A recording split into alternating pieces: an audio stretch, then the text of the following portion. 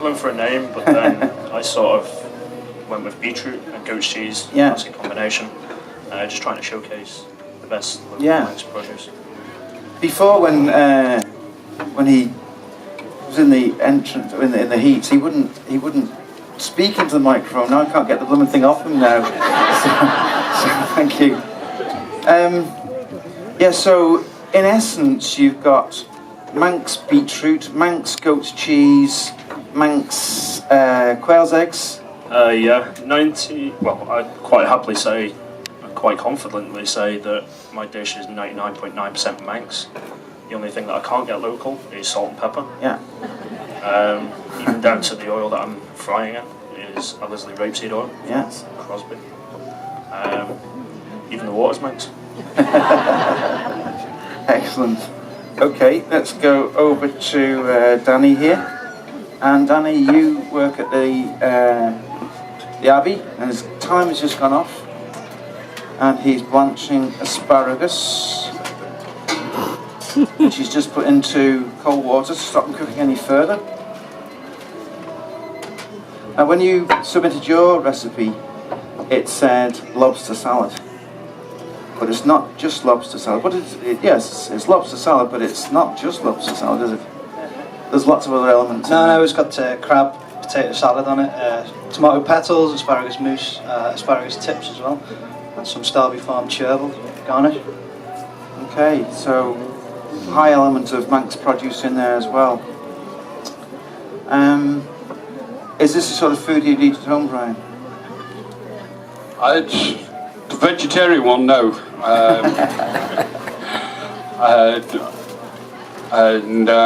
Seafood again is probably not the top of my own personal list. Okay. But, sounds like it. But that doesn't mean to say I'm not looking forward to tasting. Sampling it. Yeah, what's here today. I guess that comes from a farming background, doesn't it? You're not going to push fish if you're a farmer, are you really?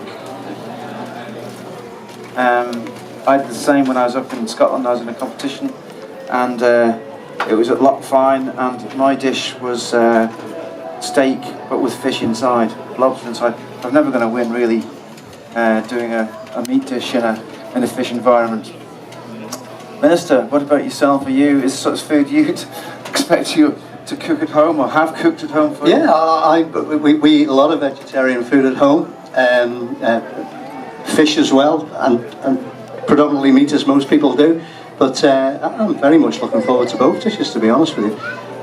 Certainly, you know, the crab and lobster is not something I have a lot, but certainly I've just been on holiday in Orkney Islands, and predominant seafoods up there, you know, they're very keen on them. But I think it's to highlight the fisheries industry over here. Some of the produce they're producing is outstanding.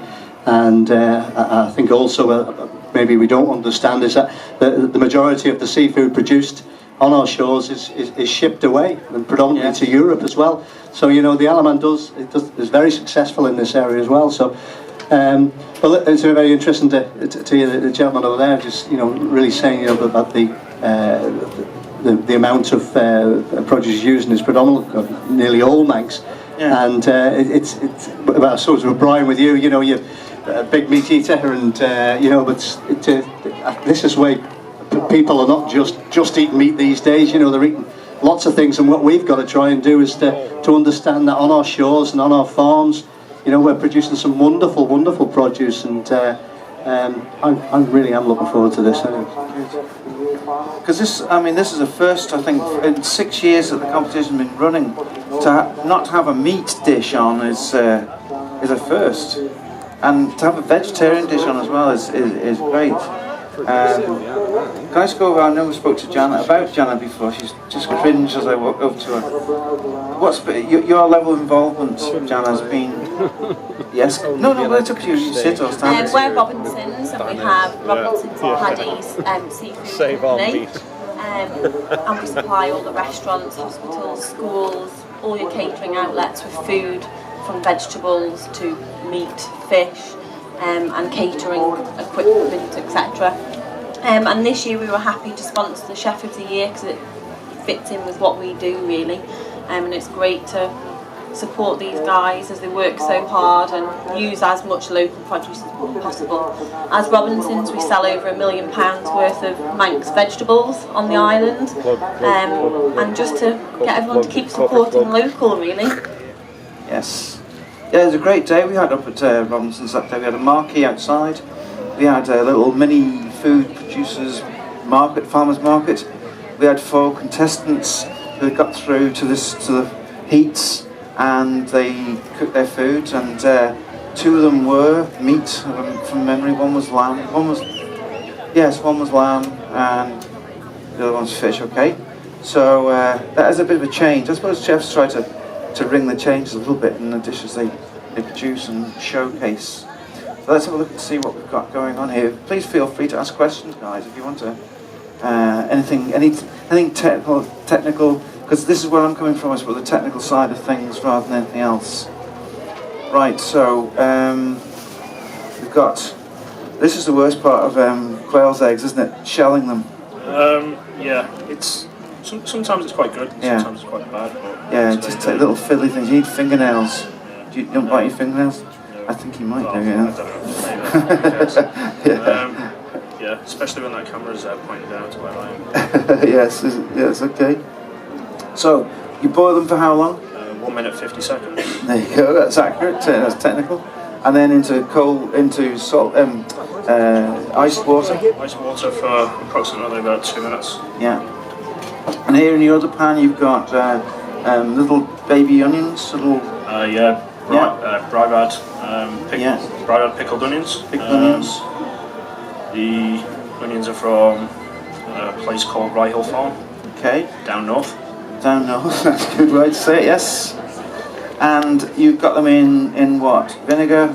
Vinegar, water, salt, sugar, and bay leaves. And they're going from raw and you hope will be cooked and pickled in time? They will be cooked. Good, that's confidence. And in the pan there you've got rapeseed oil, which is heating up. And you've got all the other things passed up, prepared up. We can go through that as we start to compose the dish. Okay. So we've got bags of food here. Okay. What's in the bag? Asparagus puree. In that bag there is asparagus puree with some gelatin in it. Right. So I'm hoping to melt the gelatin, add it to the cold puree. Yeah. Whisk an egg white into it. But unfortunately, it won't set, so I'll blue peat a moment. Okay, that's bring in an fine. already made one. Yeah, because obviously some of these ingredients take a little bit of cooking, a little bit of preparation, so we do allow the chefs to bring some of the things in already prepared, but they're showing that they can do it by doing as mousse. I'll just wait for the noise to die down a little bit. Okay, there you go. Yes, we do allow them to bring certain elements in because otherwise these wouldn't cook in time, but we are demonstrating how that they can actually do it. So it goes the pea puree into the egg. Pea puree, asparagus puree. Yeah. Go on. Sorry, Ryan. Yeah. I mean, the question I'd just like to ask, it's magnificent to see both chefs using so much Manx produce, but is that driven by the quality of the produce or by consumer demand?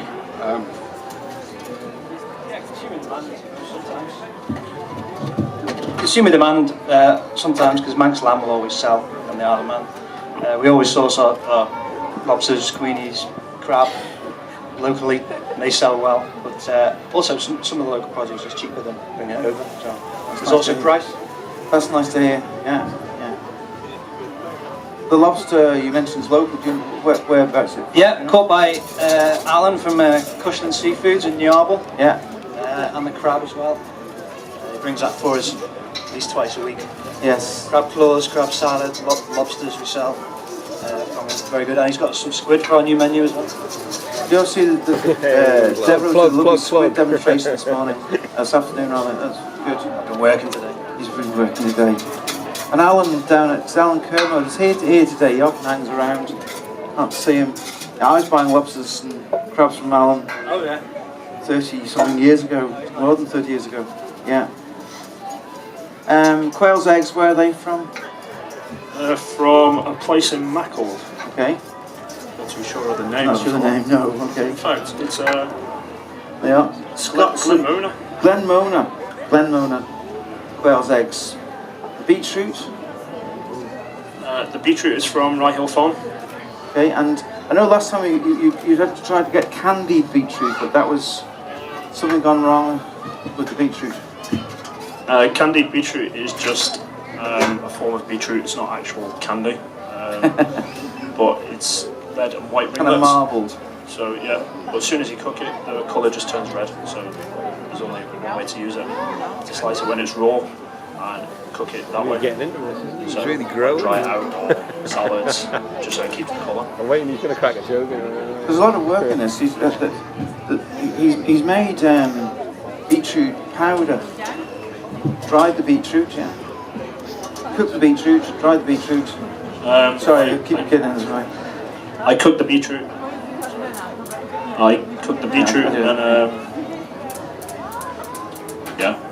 Took the wedges, took the slices, different colour slices, different colour wedges. But unfortunately, it doesn't work for golden beetroot. It only works for red beetroot because there's not so much moisture in the red one than there is in the gold one. Do you want another? The odds and ends that we don't use, just stuck it in the oven and dried them out for maybe 12-14 hours until it's really dry.